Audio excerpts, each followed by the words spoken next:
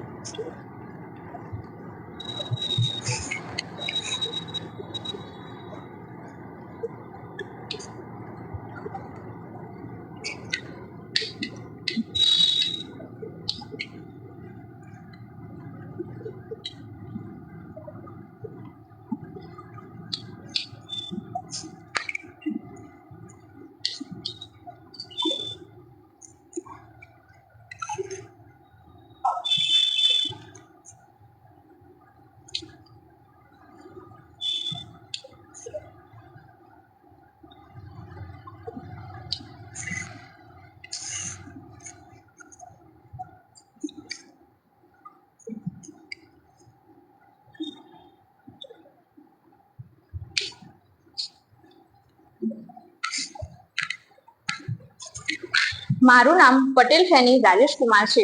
હું સ્વામી વિવેકાનંદ સર્વોદય bank education college મહેસાણાની પ્રશિક્ષણાર્થી છું. હવે હું તમારો પરિચય મેળવીશ. તમારું નામ શું છે?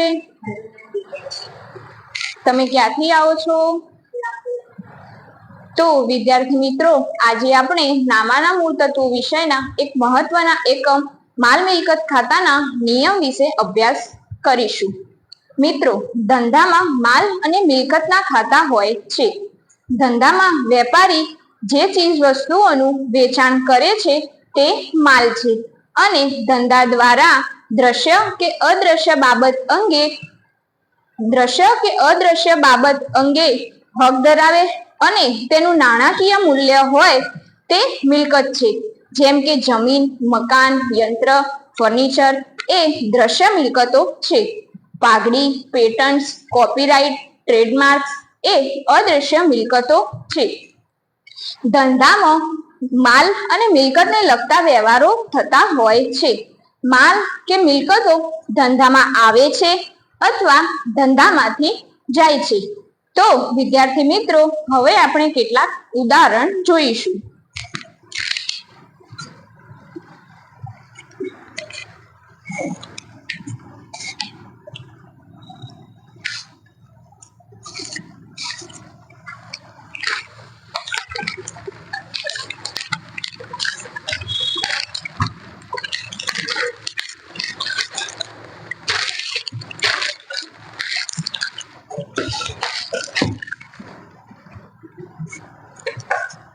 ઉદાહરણ નંબર 1. રૂપિયા 20,000 નો માલ રોકડેથી ખરીદ્યો. ઉદાહરણ નંબર 1 માં માલ ખરીદ્યો છે.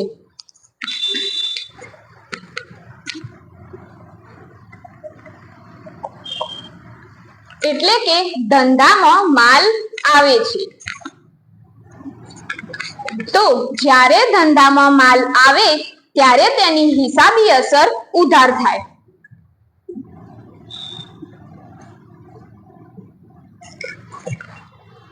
ઉદાહરણ નંબર 2. રૂપિયા 10,000 નું યંત્ર રાજેશ પાસેથી ખરીદ્યું. ઉદાહરણ નંબર 2 માં શું ખરીદ્યું છે?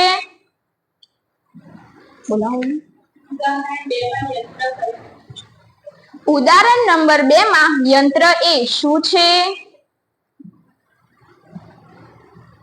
બોલાવો. બરાબર.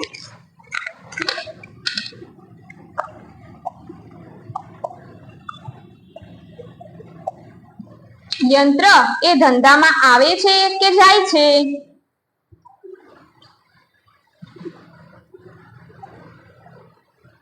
બોલો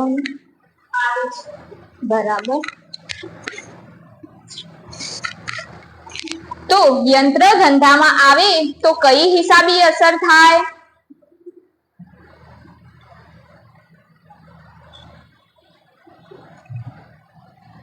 બોલો અનિતા. બરાબર.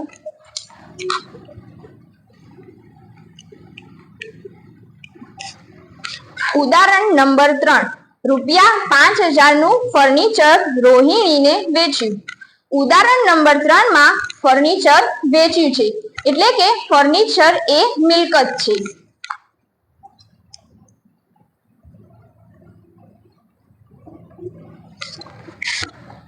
અને ફર્નિચર ધંધામાંથી જાય છે. તો ધંધામાંથી જ્યારે ફર્નિચર જાય ત્યારે જમા અસર થાય.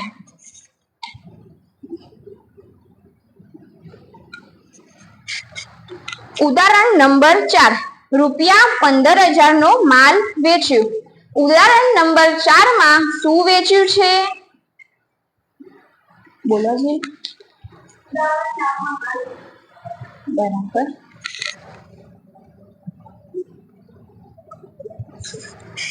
ઉદાહરણ નંબર 4 માં માલ વેચે છે એટલે કે ધંધામાંથી માલ જાય છે. તો ઉદાહરણ નંબર 4 માં માલ જાય તો કઈ હિસાબી અસર થાય? બોલો અનિતા. ઉદાહરણ નંબર 4 માં માલ જાય. બરાબર.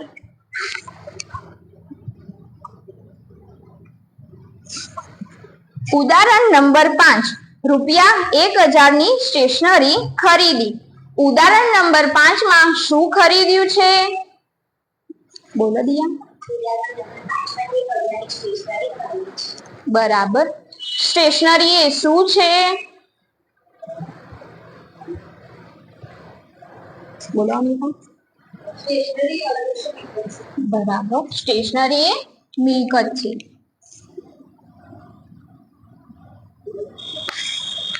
સ્ટેશનરી ધંધામાં આવે છે કે જાય છે? બોલો. બરાબર. તો સ્ટેશનરી ધંધામાં આવે તો કઈ હિસાબી અસર થાય? બોલો દિયા. બરાબર.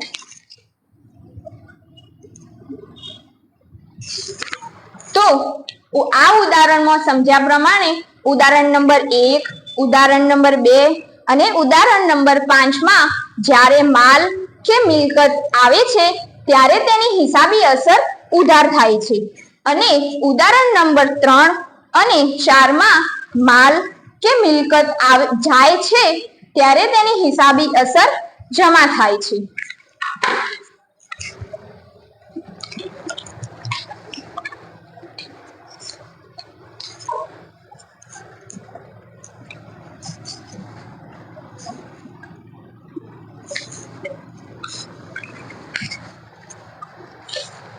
તો વિદ્યાર્થી મિત્રો, મને આ ઉદાહરણ પરથી માલ મિલકત ખાતાનો નિયમ જણાવો. બોલો અનિતા.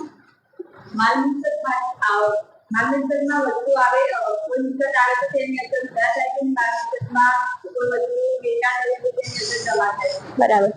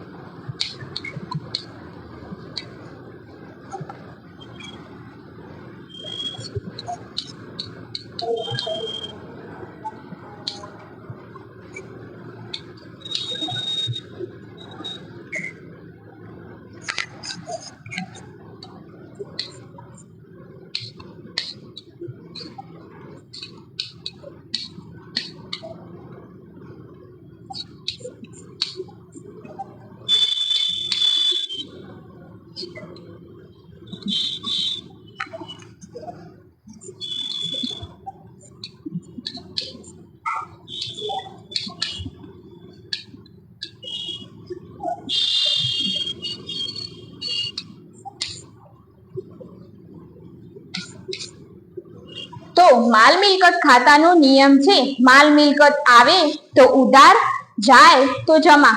એટલે કે ધંધામાં માલ મિલકત આવે ત્યારે ઉધાર અસર થશે અને માલ મિલકત જાય તો જમા અસર થશે. તો વિદ્યાર્થી મિત્રો, હવે તમે મને માલ મિલકતના ઉદાહરણ આપો. બોલો અવની. બરાબર. બોલો દિયા. બરાબર.